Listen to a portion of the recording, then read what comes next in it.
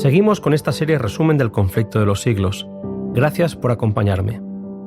Hoy, el lucero de la Reforma. Este capítulo, el quinto del libro El conflicto de los siglos, está dedicado a la vida de Juan Wycliffe, el lucero de la Reforma, del siglo XIV.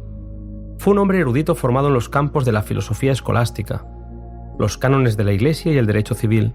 Su preparación le hizo destacar en el campo de la libertad civil y religiosa. Habiendo experimentado un vacío que ni sus estudios superiores ni las enseñanzas de la Iglesia podían llenar, Wycliffe se consagró a investigar las Escrituras.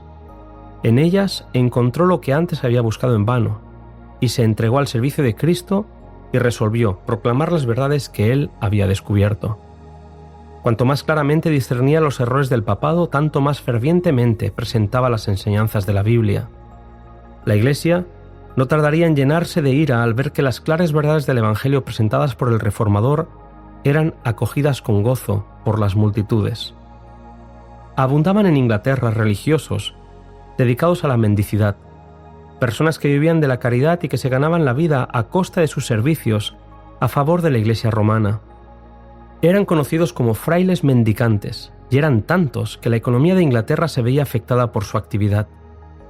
Además de influenciar negativamente en los jóvenes, dando un ejemplo nefasto de cómo ganarse la vida, estos frailes tenían permiso del Papa para oír confesiones y ofrecer absoluciones. Los criminales iban a ellos y obtenían el perdón a cambio de unas monedas, por lo que los vicios más asquerosos abundaban en aquella sociedad inglesa. Wycliffe empezó a escribir y publicar folletos contra los frailes y comenzó a dirigir a las mentes del pueblo hacia las verdades bíblicas. Siendo embajador del rey en los Países Bajos por 2 años y al relacionarse con otros creyentes llegados de otros países como Francia y España, el reformador fue expuesto a otros errores del papado que no había visto en Inglaterra. Volvió a Inglaterra para reiterar sus anteriores enseñanzas más abiertamente y con mayor celo que nunca, y declarar que la codicia, el orgullo y el engaño eran los verdaderos dioses de Roma. Pronto fueron lanzados contra Wycliffe los rayos y centellas papales. Se le ordenó que se presentara ante un tribunal papal, pero fue acompañado por tanta gente que se tuvo que suspender el juicio. El Papa Gregorio XI quiso la muerte del reformador inglés, pero fue él quien encontró la muerte y a raíz de eso fueron escogidos 2 papas rivales que, pretendiendo infalibilidad, reclamaban obediencia.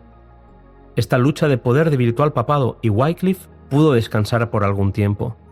En un folleto que publicara, El cisma de los papas, exhortó a la gente a considerar si ambos sacerdotes no decían la verdad al condenarse el uno al otro como anticristos. El profesor de Oxford se propondría la mayor obra de su vida, la traducción de las Escrituras al idioma inglés. Muchos y grandes fueron los obstáculos que tuvo que vencer para llevar a cabo esa obra, pero lo consiguió. Entregó en manos del pueblo una versión de la Biblia que ellos podrían leer. Había iluminado a Inglaterra con una luz que jamás se extinguiría. Una y otra vez Roma quiso acallar la voz de Wycliffe, al que se le llegó a ordenar que viajase a la capital del imperio para ser juzgado por un tribunal papal. Los planes de Dios eran otros para el envejecido reformador, que fue llamado al descanso sin que sus enemigos pudieran hacerle mal alguno. Los papistas habían fracasado en su intento de perjudicar a Wycliffe durante su vida, y su odio no podía aplacarse mientras los restos del reformador siguieran descansando en la paz del sepulcro. Por un decreto del Concilio de Constanza, más de 40 años después de la muerte de Wycliffe, sus huesos fueron exhumados y quemados públicamente, y las cenizas arrojadas en un arroyo cercano. Elena White concluye este capítulo dedicado a este gran hombre con las siguientes palabras: una mano divina estaba preparando el camino de la gran reforma. Se abriría una puerta que nadie sería capaz de cerrar. Querido amigo, quiero que sepas que me encanta recorrer la historia contigo. Espero que nos podamos encontrar en el siguiente capítulo. 2 héroes de la Edad Media.